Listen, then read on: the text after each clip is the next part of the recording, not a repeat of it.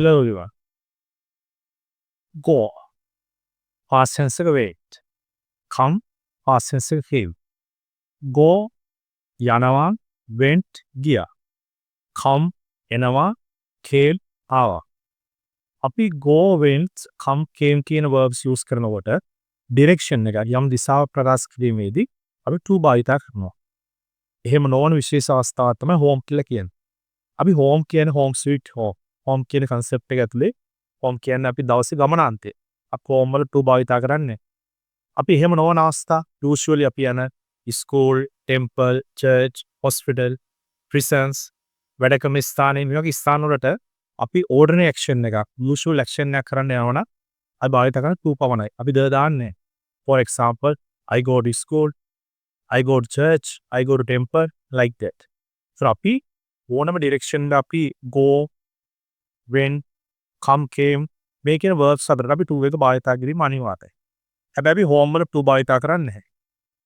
එතකොට අපි දැන් මෙහෙම අදහස් ප්‍රකාශ කරන යනකොට අපිට හම්බ වෙන තව ලස්සන verb එකක් ඒ තමයි go on කියලා verb එක.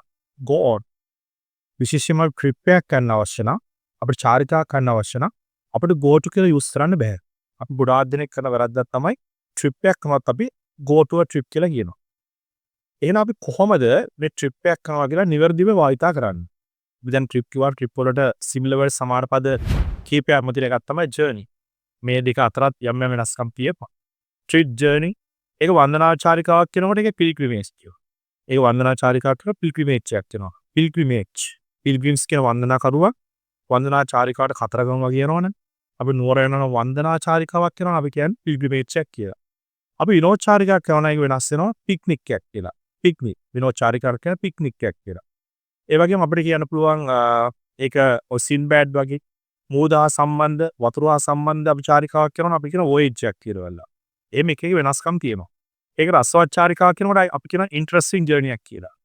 එතකොට අපි කොහොමද ගාන පිළිවෙලකට trip එකක් යනවා එහෙම නැත්නම් trip එකක් ගියා කියලා කියන්නේ. අපි ඒ සඳහා අපිට පුළුවන් ලස්සන ක්‍රමයක් පාවිච්චි කරන්න. අපි හැම වෙලාවෙම තේරුම් ගන්න ඕන trip එකක් යනවා trip එකක් ගියා.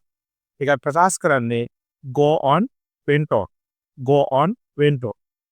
trip එකක් යනකොට කියන අනිවාර්ය නිපාත තමයි on කියන නිපාතය. on කියන preposition එක. අපි නම් මුලින්ම උරුවෙමු go on, went on. go on, went on. go on, went on. right. අපි දැන් කියමු මම trip එකක් ගියා past tense වලින්. I went on a trip. I went on a trip. අපි journey භාවිතා කරලා කිව්වෝ I went on a journey. වන්දනා චාරිකාවක් ගියා. I went on a pilgrimage. I went on a pilgrimage. මම විනෝද චාරිකාවක් ගියා. I went on a picnic. I went on a picnic. I went on an interesting journey. රස චාරිකාවක් ගියා. I went on an. දැන් අපි all sound එකට අපි දානවා වෙනුවට an interesting journey. අපිට තව කියන්න පුළුවන්. මම ගියා I went on an expedition එක ගවේෂණ චාරිකාවක්.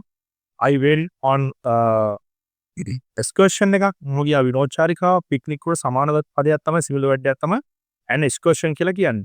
I went on a voyage. I went on a voyage. අපි කියලා තියෙනවා මේ වෙනකොට මම trip එකක් ගියා. මම විනෝද චාරිකාවක් ගියා. මම වන්දනා චාරිකාවක් ගියා. අපිට ඒක කියන්න ඕනේ මේ කොහෙද ගියේ කියලා. අපි කොහෙද ගියේ කියලා ප්‍රකාශ කරන්නේ මේ කියපු sentence එකට පස්සේ. to where. I went on a trip to Kandy. I went on a journey to Jaffna. I went on a pilgrimage to Kataragama. I went on an interesting journey to Gaul. I went on an excursion to Norelia. I went on an expeditions to Horton Play. ඔය විදිහට පුළුවන් අපිට to භාවිත කරන වාක්‍ය අවසානයේට. අපි නැවතාරයක් practice කරමු. I went on a trip to Kandy. හොඳට මතක තියාගන්න. I went to නෙමෙයි I went on. හැම වෙලාවම trip එකක් යනවා කියලා කියනකොට අපි use කරන්නේ go on past tense එක went on. I went on a trip to Kandy. to Kandy. right. ඉතින් මම හිතනවා ඊට වැදගත් lesson එකක්. අපි හැම වෙලාවම චාරිකාවක් ගියා කියලා ප්‍රකාශ කරද්දී හොඳින් මතක තියාගන්න ඕන අපි use කරන්නේ go to went to නෙමෙයි go on, went on. අපි නැවත වාරයක් ක්ලාස් සෙන්ටෙන්ස් එක ප්‍රැක්ටිස් කරමු. මම රසවත් චාරිකාවක් ගියා සීගිරියට. I went on an interesting journey to Sigiriya. right.